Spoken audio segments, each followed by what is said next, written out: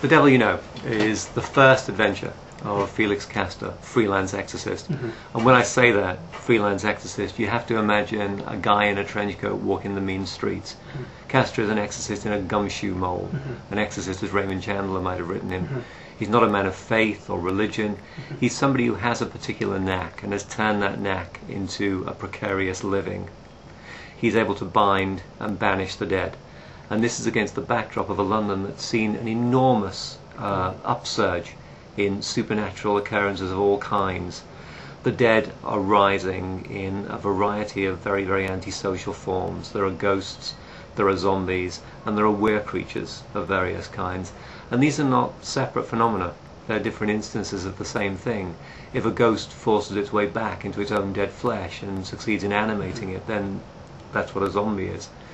If a ghost does the same thing to an animal host, forces its way in, reshapes, refurnishes, molds the body according to its own memories of its physical form before it died, then you have a werewolf or a werbeast of some kind. So these are all different forms that the risen dead can take. And Castor's skill is that he can see them, he can always detect them when he's in their company, and he's able to send them away by means of music. He uses a tin whistle in the key of D, and basically his sixth sense presents itself to him as sound.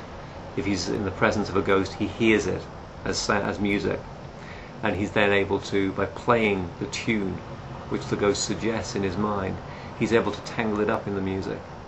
And then when he stops playing, it goes to wherever music goes when it's not being played. It's gone. And this is something he's always been able to do since he was a child.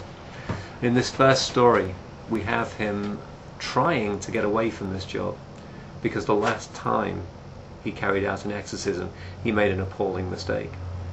And instead of succeeding in banishing a ghost, he succeeded in welding a demon to the soul of his best friend, Raphael Ditko. So now he's trying to do something else. He's trying to find some other way of keeping the wolf from the door, of paying the rent. But it doesn't take, because there's nothing else that he's able to do. This is his one skill, this is his one saleable skill. And so he reluctantly comes back from retirement to take on what looks to be a very simple job. There is a faceless ghost haunting a central London archive, and Castor is called in to get rid of it. But instead of getting rid of it, he becomes increasingly curious about what it's doing there, how it came to be there, since nobody's died in the building.